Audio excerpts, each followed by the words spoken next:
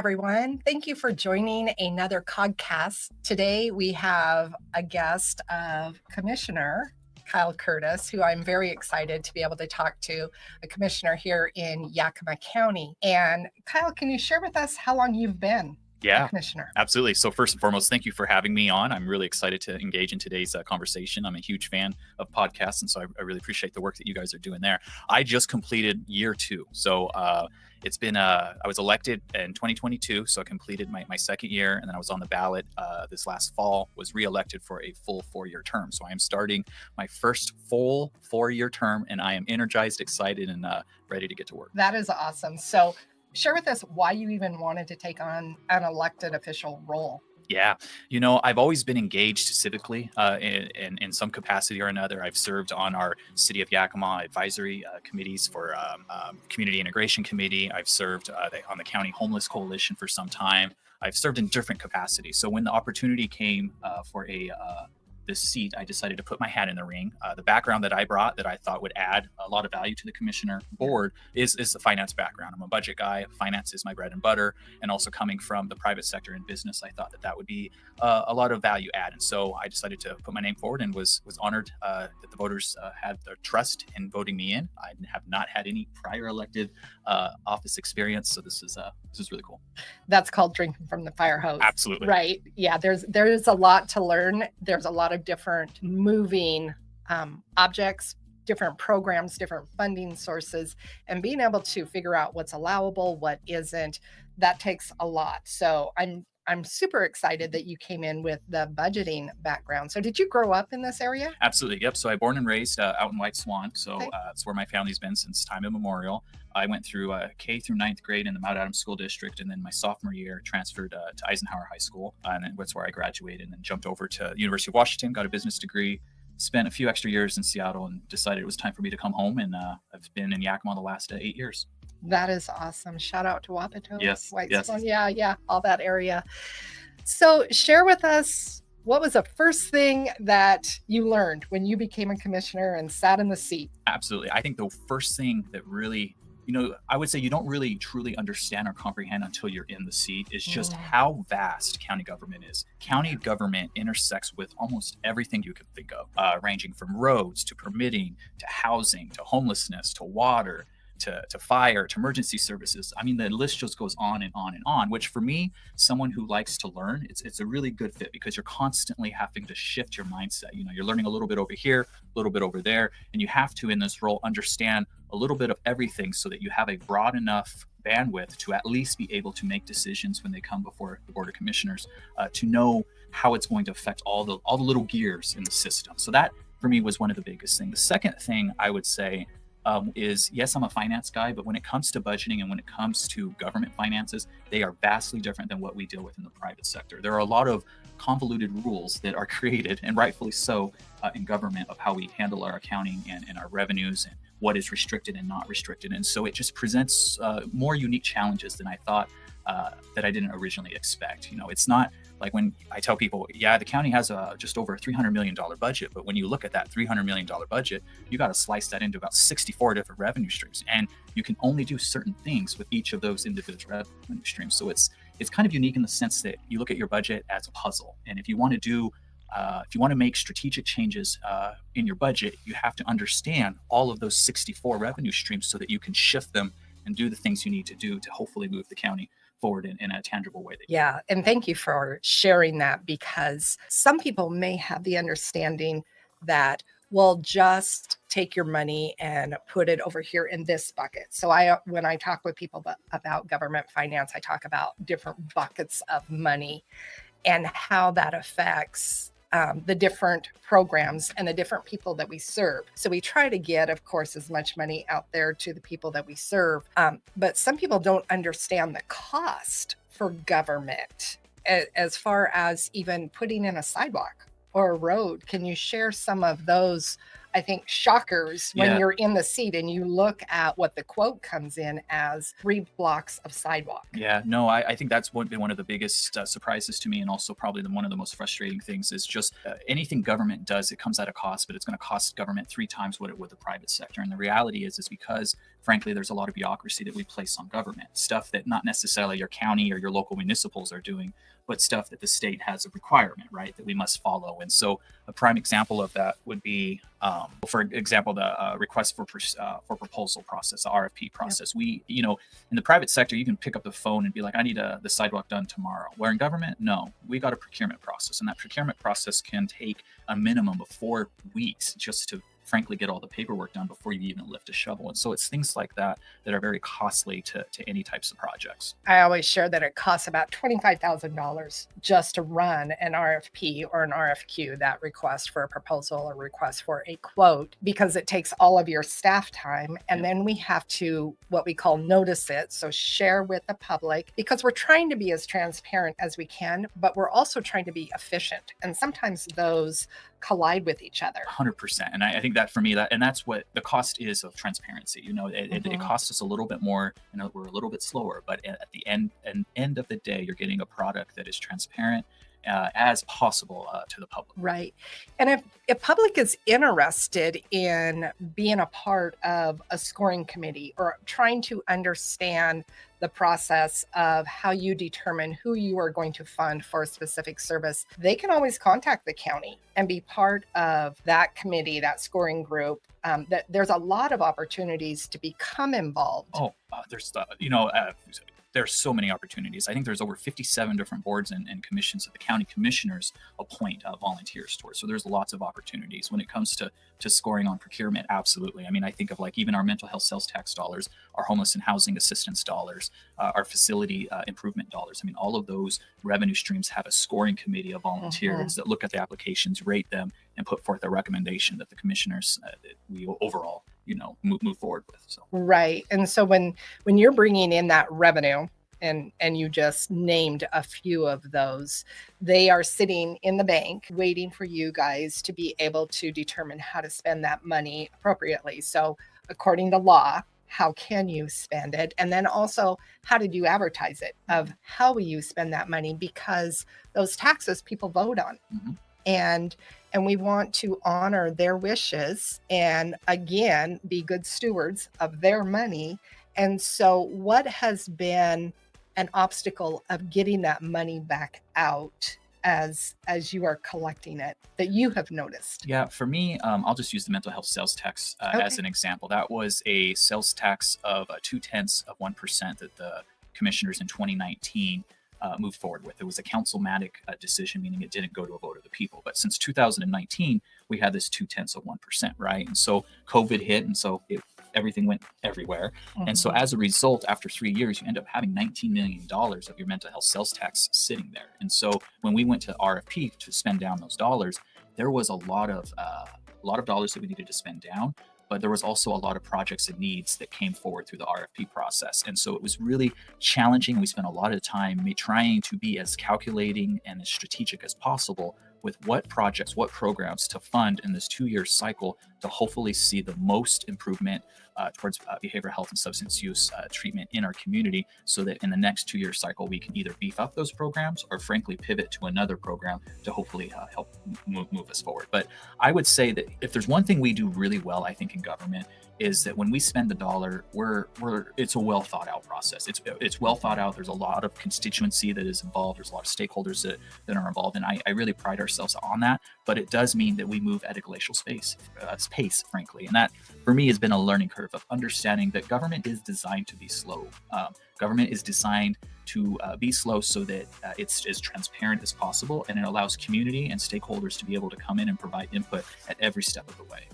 And something that you said that I think will help people understand maybe why we're a little bit slow sometimes is that the commissioners in 2019 are the ones that determined to go ahead and approve this.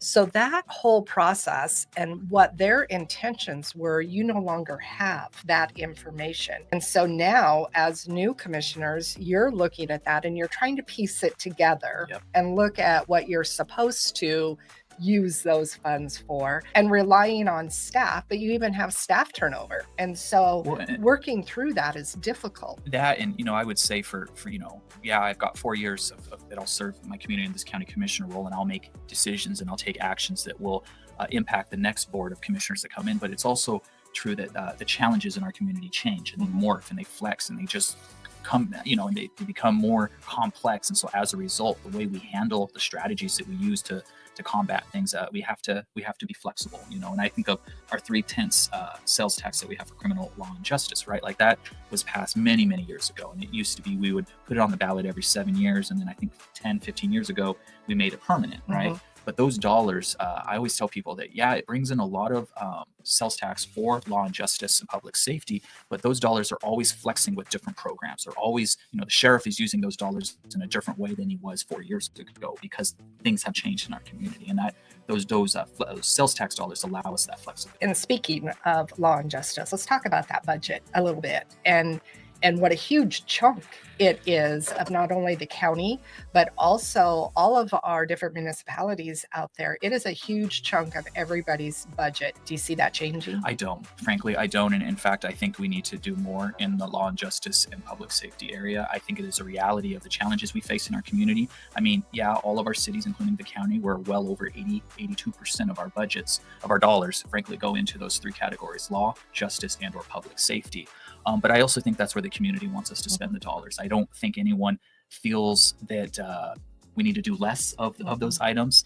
But the other thing I share with people is that I realize that the system, the law and justice system, there's a lot of things that make it complex that are outside of our control. And it's frustrating for me, right? Because I look at like, well, why are we spending this much on this program when I can have 5 more deputies, and hopefully 5 more deputies means safer streets. But well, 5 more deputies means that many more apprehended people that go into the system that need to be processed. So it's a system that you have to always cognizantly be aware that you can't just fund one side of the law and justice and public safety. You have to think of it as a whole system. And let's discuss our issue that we currently have with assigned counsel and prosecuting attorneys, and what are some of the solutions that the county is really working towards? Yeah, no, I would say for us at the Board of County Commissioners, we were really bold on how we were going to tackle this issue. We realized that, we had retention bonuses, we had hiring bonuses, and we were doing that for a year and a half. And yeah, we were keeping our folks in place, but we weren't getting the new hires that we needed. And so we made a bold decision this last summer to increase the starting salary wage to $100,000, which would be the first, I think the second county on the east side to do that. And as a result, we've had some positive success, but it's not a sustainable solution for the long run. No.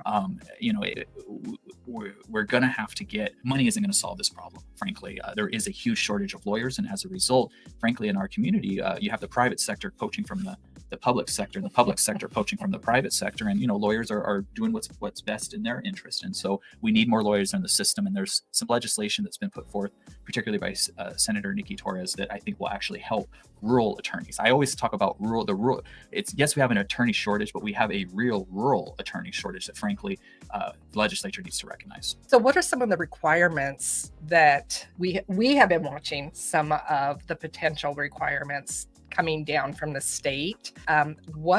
What would the impact be to the county? Yeah. So I share with people, it's called caseload standards. For frankly, your assigned counsel who represents an indigent person who can't, let's say, afford a private attorney, right? That's an indigent lawyer, assigned counsel lawyer. They have caseload standards. And right now, a lot of our folks are they tap out by quarter 2, quarter 3 of the year, right? That they've used all of their caseloads. And I share with people that in Yakima County, we know that the types of crimes that we have are very violent crimes. We have a lot of homicides. So when you have that assigned counsel person working on that case, it eats up a lot of their case standard credits per se, versus if it's a misdemeanor or a small petty crime, then you can see more of it. So what the state has been entertaining is actually decreasing the number of cases that the assigned counsel folks can see, and that would be detrimental to us. We did some initial calculations.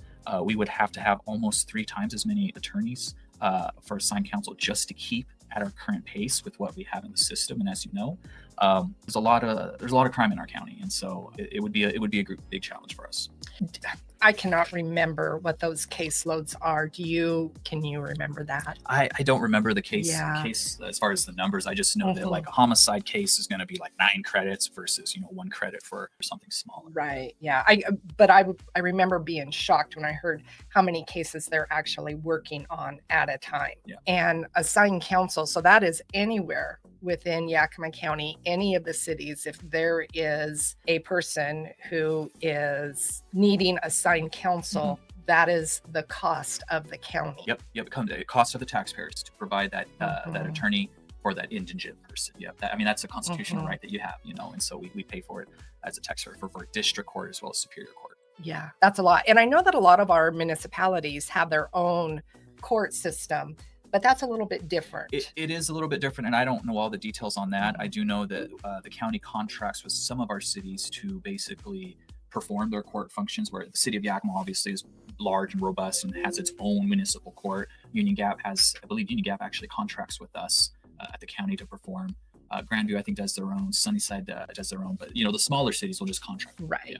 Yeah. And on the thing about the assigned counsel and the caseload standards, while we're experiencing this huge attorney shortage on the east side of the state, and we're struggling to hire attorneys, well, it's a different story on the west side. I mean, I saw an ad the other day that King County put out in some publication where they're actually going to do more aggressive case standards than what's even being proposed by the state. And they're highlighting that. And I'm like, how in the world can King County afford that? Well, frankly, they've got more dollars and there's more people over there. So they can afford to have one lawyer that will maybe only see 30 cases, where we frankly can't afford one lawyer to just see 30 cases. So it's a different reality with what we're dealing with. It is a different reality. And I think what is so great about living in our community, though, is that the people here, when we went out and did community engagement, and we asked what people's priorities were. Public safety was their number one, and hiring more officers to be able to respond to those emergencies in homes. And it isn't always a crime. It can be, all types of different emergencies in those homes.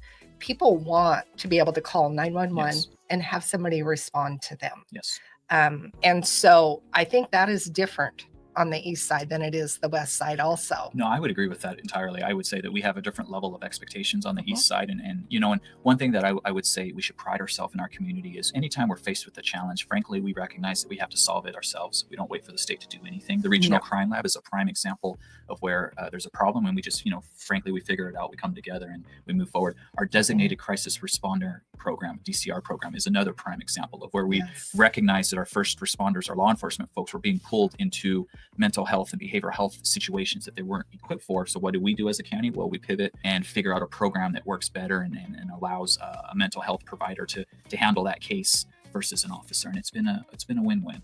It is a win-win. I love living here. And speaking of that, I know that we're also looking at being able to collaborate with all of the different first responders with a radio system. Yes. What can you share about that? Yeah, well, what I share with people about the radio system is if you've never had the opportunity to do a ride-along, whether it's with a sheriff's deputy or even a Yakima police officer, you should. It's a free service, and those folks are always happy to have you. But when you ride along with them, you'll soon realize just how crappy of a radio system we have in this county. There are a lot of dead spots that you wouldn't otherwise expect there to be. And when you think about the tools that our first responders have, they need communication first and foremost. For them to go through and have a 5-minute dead spot, that's just unacceptable. And so when first learning about the project we've been looking into, or the proposal, frankly, for the communication sales tax that's going to be on the ballot this April, I did my due diligence. I read the 78-page report. I looked at all the studies. I looked at the numbers, and I did my ride-alongs, and I looked at it, and I was like, you know what? We can get us to a proper state, and if we do it now, the next 7 years, if we can complete this project in 7 years, we will reap the benefit for the next 50 years. It's frankly, it's infrastructure that we've needed for a long time that we just need to get it done. Have the towers, have the transmissions, and then ensure that we're constantly updating the radio systems for all of our first responders. And once we get ahead, it will be in a much better place. We will. I'm very excited about what is actually happening with the collaboration with all of the different first responders. I think one of the benefits of this, and talking with Sheriff Udell, is, if there were a missing child, and we're in a situation where we're bringing in fire because we know that that child probably will need medical assistance immediately, and law enforcement. We want them to all be able to communicate. Currently, right now, that isn't necessarily the case. And so they would have to have a person go maybe from a deputy over to the city of Grandview's law enforcement, over to the fire department over here, called a runner. Yep. Letting people know, hey, this is going on. We're going to go in this direction. Can you guys search this area? I don't think people realize how our law enforcement and our fire have just really gotten by. Yes. They're just patching and trying to work with what they have, but they haven't updated technology in years. And even this situation where we can sit and share this information and it goes out to millions of people instantly, our law enforcement can't even communicate with the city next door. 100%. It is crazy. I mean, just the basic, essence of communication. And, for us, we depend upon our first responders. So they need to have all the tools, and frankly, they need to have the best tools in order to perform the function. The one example I know the sheriff uses, and I've seen it firsthand because I sit on our Yakima Valley Office of Emergency Management, so I get the opportunity to go out and look at the different exercises that our first responders prepare. And so the active shooter exercise is always one I hammer of, like, when there is an active shooter, whether it's at PNWU, at some elementary school, or even at the mall, and you have all of these resources that are coming together in one spot, when they come together, it's like there's a blackout in the communication just because we don't have the ability to have different frequencies so that medical is on one channel, SWAT is on one channel. I mean, we just don't have that ability. So as a result, everyone arrives and you just got to go for it. And it's not the way it should be. So this communication sales tax, I'm really hopeful that the voters will approve it. I do think there's a well thought out plan. Otherwise, I would not be supporting it. Yep. And I think that we will reap the benefits in the years to come by making this investment now versus waiting another 15 years. And frankly, I don't think we can wait 15 years because all it takes is one bad incident. And no, and we've kicked the can down the road long enough. Seems like it. We've studied this thing to death. Yeah, yeah, exactly. And I am not real quick to approving any type of new tax. I want to look at that and make sure that it is truly needed and going to a project or program that is legit, right? I care about other people, but at the same time, I want to make sure that my money is really being spent in the best way possible. And after talking with the sheriff, I'm sold on this. And the other thing and the sheriff talks about too, but I'll just reiterate that, this is a dedicated special fund, meaning it can only be used in specific ways. So it's not like this additional revenue stream after 7 years will be all of a sudden pivot to fund the county's coffers. No, that's not how it works. I mean, it's dedicated to emergency communication and that's it. So share with us what the goals are for the county over the next couple years. You guys have a lot of moving projects. We do. So. We got a lot of moving projects. I've got a lot of personal initiatives that I've been working on that I'm excited to launch and hopefully see to fruition there. At the county level, we're really big on doing a strategic plan for the county, county electeds as well as our department heads. We haven't done one of those in some time. And for me, the value it will bring is it will allow us to be laser focused on what are the priorities and actually move us forward as a county for those priorities. And frankly, that also ties into budget, right? We recognize that our budget cannot sustain the status quo of incremental increases year after year. Our expenses outpace our revenues. All of the cities are having the same experience. The county is no different. And so the strategic plan, I hope to lean into it to help us make some strategic changes in the budget that tie directly into the strategic plan. The other thing I share with folks is that, I've got 4 years, and frankly, we got a lot of turnover at the county. Over 70% of our folks will probably be exiting the county or retahiring in the next 6 years. That's a huge portion of our workforce. And so that's a lot of historic knowledge. It is a lot of historical knowledge, and we still have a lot of unfilled positions. People aren't applying for our jobs, right? And so we've got to figure that out, because if you have a huge portion of your workforce retire without someone behind them to learn that knowledge, to download it, to take it to the next generation, the next level, we're going to be really hurting on the level of service that we provide as a county. So that's something that I'm cognizant of all the time. That is great to hear. So we are actually starting up some workforce development here and looking at how can we feed our members with the staff that they're needing, because it isn't just the county. I'm hearing that from everybody. We need people who understand government finance. We need public works people. And so bringing in those seniors in college and being able to give them some actual work experience and some training from the people in our community. And then hopefully they'll see what an amazing area Yakima County is and be able to choose the city they would love to live in and have families or just do life here. Yeah. No, I go back and forth with our HR department all the time. I'm like, we've got to change the dialogue of the county story, right? You're not just an employee. You're not just a 9 to 5. You are truly a public servant, whether you're processing a permit, taking a tax payment, or a deputy on the street. You truly are a public servant to the community. And I think that is what the younger generation wants. They want a job of meaning. And so I'm trying to figure out a creative way to tell that story. An internship program is one way, truly that we're going to have to grow our own. We have, the other day I was told we have an environmental engineer position we've been trying to hire for the last 8 years. Haven't filled it. So as a result, we hire a third party that performs this function, and frankly, it costs us 3 times as much, but because we can't find this person. So I'm like, if we have these very particular specific roles in county government that we aren't filling, we're going to have to grow it from within. We're going to have to find someone, because clearly they're not going to move over here from the west side. And so planners are, for a prime example, I just realized that there is such a shortage of folks that are interested in being planners, where I get excited about all of that, and I can nerd out on planning all day long, but that's the reality is we're really facing a huge shortage of planners in our community. We have, and you're right. It's taking those people maybe who are not ready to step into that role, but we see that they have the capacity and the ability to learn this. We do want to grow them. We do want to give them those opportunities. And you're right. The public servants are so appreciated by people. I mean, to be able to go in to the county, sit down and say, here's what I want to do. And they work with you and they show you how to do that. That is so important. Or being able to go in and say, I need a permit for this, but do I need this too?